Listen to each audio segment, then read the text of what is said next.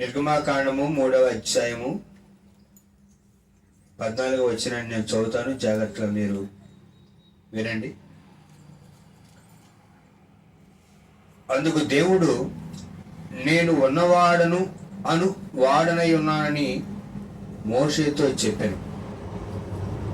మరియు ఆయన, ఉండునని వాడు మీ యొద్దకు నన్ను పంపినని నీవు ఇజ్రాయేలుతో చెప్పవలెనెను. దేవుడు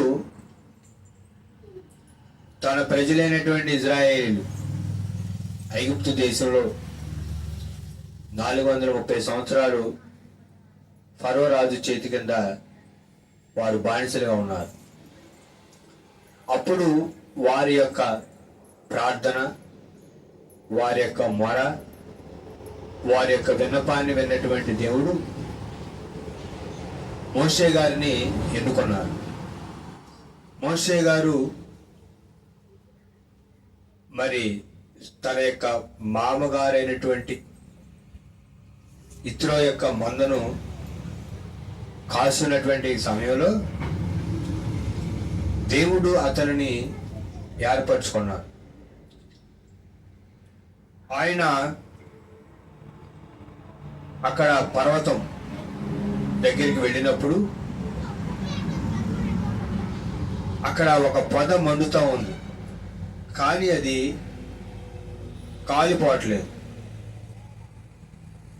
దేవుని పర్వతమైనటువంటి హోరేబు మీద అక్కడ ఒక పొద మండుతూ ఉంది, కానీ అది ఏమైందంటే కాలిపోలేదు.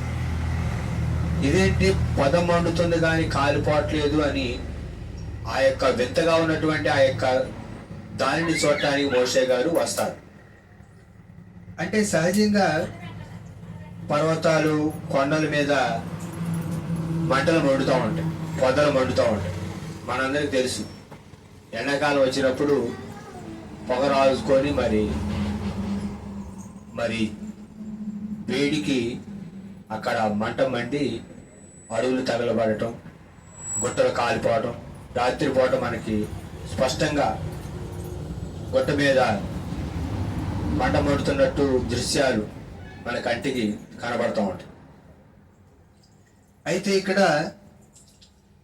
పొద నడిమిని అగ్ని జ్వాలలో యెహోవా దూత అతనికి ప్రత్యక్షమాయెను. అతడు చూచినప్పుడు అగ్ని వలన ఆ పొద మండుచుండెను, కానీ పొద కాలిపోలేదు. 2వ వచనం, పొద కాలిపోవట్లా కానీ మండుతుంది.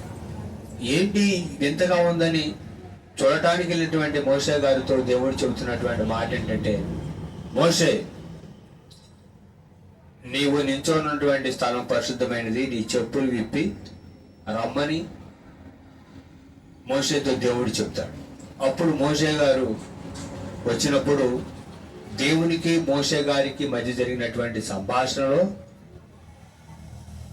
మోషే గారు అడుగుతారు, అయ్యా, ఇజ్రాయేల్ ప్రజల దగ్గరికి నేను వెళ్తాను, మరి వాళ్ళు ఏ దేవుడు నిన్ను పంపించాడు అని అడుగుతారు. అప్పుడు నేను ఏమని చెప్పాలి? పేరు ఉంటుంది కదా దేవునికి అని అడిగితే అప్పుడు దేవుడు చెబుతున్నటువంటి మాట ఏంటంటే, దేవుడు, నేను ఉన్నవాడును అనువాడనై ఉన్నానని మోషేతో చెప్పాను. మోషే గారితో దేవుడు చెబుతున్నటువంటి మాట ఏంటంటే, నేను ఉన్నా మోషే. కాబట్టి ఉన్నాను అన్నటువంటి దేవుడు నిన్ను నేనే పంపానని నా ప్రజలైన ఇజ్రాయేలుకి నువ్వు చెప్పు అని దేవుడు చెప్పాడు. దేవుడు ఉన్నటువంటి వాడు. మనం దేవుని సృష్టించలేదు కానీ దేవుడే మనం సృష్టించాడు. ఆయన కాలానికంటే ముందున్నవాడు. మనం ఆరాధించేటటువంటి దేవుడు ఎవరై అంటే ఉన్న దేవుడు. ఎవరండి? ఉన్నాడు. ఎప్పుడున్నాడు? భూమి ఆకాశాలు పుట్టక ముందే ఉన్నాడు. నీవు నేను ఈ భూమి మీద మానవుడిగా నిర్మించక ముందే, ఈ లోకంలోకి మనం రాకముందే యేసుక్రీస్తు ప్రభువారు ఉన్నవాడు. కనుక యేసుక్రీస్తు దేవుడు ఎవరై అంటే 2000 సంవత్సరాల క్రితం ఈ భూమి మీద శరీరధారిగా నరరూపధారిగా వచ్చినటువంటి దేవుడు ఆయన 2000 సంవత్సరాల క్రితమే ఉన్న దేవుడు కాదు, కానీ భూమి ఆకాశాలు సృష్టించక ముందే ఉన్న దేవుడు.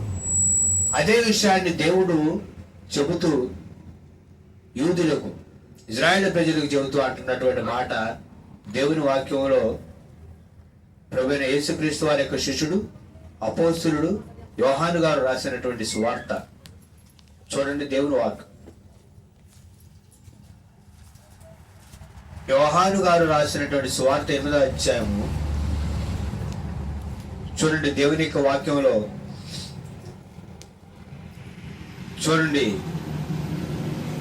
58వ వచనం, 58.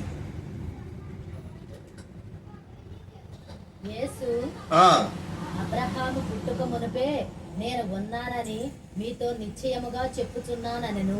చూసారండి, ఇక్కడ దేవుడు చెబుతున్నటువంటి మాట ఏంటంటే, యేసుక్రీస్తు ప్రభు చెబుతున్నటువంటి మాట ఏంటంటే, ఈ యొక్క సందర్భంలో యూదులకు ప్రభు అయినటువంటి యేసుక్రీస్తు వారికి మధ్య జరిగినటువంటి సంభాషణ, అబ్రహాము గారి గురించినటువంటి సంభాషణలో వీరందరూ కూడా మరి ఆ సంభాషణ జరుగుతున్నప్పుడు ప్రభు అయినటువంటి యేసుక్రీస్తు వారు చెప్పినటువంటి మాట మనం చదువుకున్నటువంటి దేవుని యొక్క వాక్యములో ఇక్కడ యూదులు అంటున్నారు 53వ వచనంలో, మన తండ్రి అయిన అబ్రహాము చనిపోయాను కదా, నీవు అతని కంటే గొప్పవాడివా? 53 అధ్యాయం, ప్రవక్తలు చనిపోయి నిన్ను నీవెవడవని చెప్పుకొనుచున్నావని ఆయన అడిగిరి. అందుకు యేసు, నన్ను నేనే మహిమపరుచుకోనని ఎడల నా మహిమ వట్టిది. మా దేవుడని మీరెవరిని గురించి చెప్పుదురో ఆ నా తండ్రియే నన్ను మహిమపరుచుచున్నాడు. మీరు ఆయనను ఎరుగరు, నేను ఆయన ఎరుగుదును. ఆయనను ఎరుగనని నేను చెప్పిన ఎడల మీ వలె నేనును అబద్ధికునై ఇందును గాని నేను ఆయన ఎరుగుదును, ఆయన మాట గైకొనుచున్నాను. మీ తండ్రి అయిన అబ్రహామును నా దినము చూస్తునని మిగులు ఆనందించెను, అది చూసి సంతోషించెను అనెను. అందుకు యూదులు, నీకింకా 50 సంవత్సరములైనా లేవే, నీవు అబ్రహామును చూచితివా అని ఆయనతో చెప్పగా, యేసు, అబ్రహాము పుట్టక మునిపే నేను ఉన్నానని మీతో నిత్యముగా చెప్పుచున్నానెను. అప్పుడు యూదులు అన్నారు యేసు ప్రభు వారిని, యేసు ప్రభు నీకు ఇంకా 50 సంవత్సరాలు కూడా లేవు కదా, మరి నువ్వు అబ్రహామును చూశానని చెబుతున్నావేంటి అని అంటే, అప్పుడు యేసుక్రీస్తు ప్రభు ఏమన్నారంటే, నేను అబ్రహాము చూచితినని ఆయనతో చెప్పగా, యేసు, అబ్రహాము పుట్టక మునిపే నేను ఉన్నానని మీతో నిత్యముగా చెప్పుచున్నానని, అబ్రహాము పుట్టక ముందే నేను ఉన్నానని యూదులతో యేసుక్రీస్తు ప్రభువారు చెప్పారు. అబ్రహాం గారు పుట్టక ముందే నేను ఉన్నా. నిర్గమకాండం 3వ అధ్యాయంలో అక్కడ రాయబడిన మాట ఏంటంటే, ఉన్నవాడను అనే మాట బైబిల్ గ్రంథంలో పెద్ద అక్షరాలతో రాయబడింది. యేసుక్రీస్తు నిన్న నేడు నిరంతరం ఒకే రీతిగా ఉన్నవాడు, ఉన్నాడు. వర్తమాన భూత భవిష్యత్తు కాలంలో కూడా ఉన్న దేవుడు. అదేంటంట. అందుకని దేవుని వాక్యం ఏమని రాయబడిందంటే, భయపడుకు నేను నీకు తోడై ఉన్నాను, నేను ఉన్నా. ఇమానుయేలు, దేవుడు తోడుగా, దేవుడు తోడు అని అర్థం. ఇమానుయేలు అంటే దేవుడు. ఎవరు తోడు? మన దేవుడు. మనతో ఎవరున్నారు? దేవుడు. మనం ఎవరిని ఆరాధిస్తున్నాం? ఉన్న దేవుని ఆరాధిస్తున్నాం. ఉన్నవాడు. ఇదిగో చనిపోతుంది కానీ, ఇదిగో మరణించింది కానీ, యుగ యుగములకు సజీవుడై ఉన్నాను. కనుక ఈ మధ్యాహ్న కాల సమయంలో యేసుక్రీస్తు ప్రభువారు ఎవరయ్యా అంటే, ఉన్న దేవుడు. నిన్న నేడు నిరంతరం ఒకే రీతిగా ఉన్న దేవుడిని మనం ఆరాధిస్తున్నాం. ఉన్న దేవుడే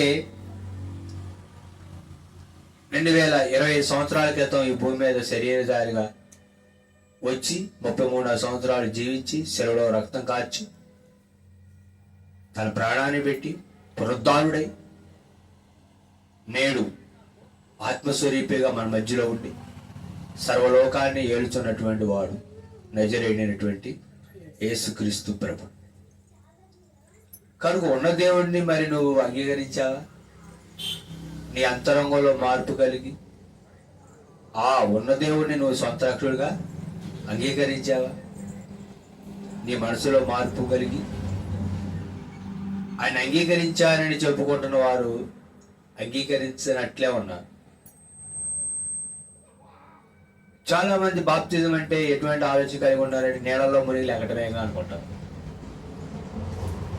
అదేంటారా, నీళ్ళలో మునిగి లేచావు, నీటి ద్వారా బాప్తిజం తీసుకున్నావు, మరి ఆత్మలో? చాలా మంది నీటిలో బాప్తిజం తీసుకున్న వాళ్ళు ఆత్మలో మారు మనసు లేదు. ఒకడు నీటి మూలంగాను ఆత్మ మూలంగాను జన్మించితేనే గాని పరలోక రాజ్యం చూడలేనని నీతో నిత్యంగా చెబుతున్నానని యేసుక్రీస్తు ప్రభువారు చెప్పినట్టు ఆత్మలో జన్మ లేదు ఇంకా. అదేనంటారా, అంటే మనసులో మార్పు లేదు, మారు మనసు లేదు. ఆనాడు యూదులు కూడా మేము అబ్రహాము సంతానం, మోషే గారి శిష్యులు, మా తండ్రి అబ్రహాము అని గొప్పలు చెప్పుకున్నాం. ఈనాడు కూడా యేసు ప్రభు మా దేవుడు పరిశుద్ధుడు అని గొప్పలు చెప్తున్నాం. కానీ మనం ఆయనలాగా మనం జీవించట్లేదు. ఊరు గొప్ప పేరు దెబ్బ అన్నట్టుంది జీవితం.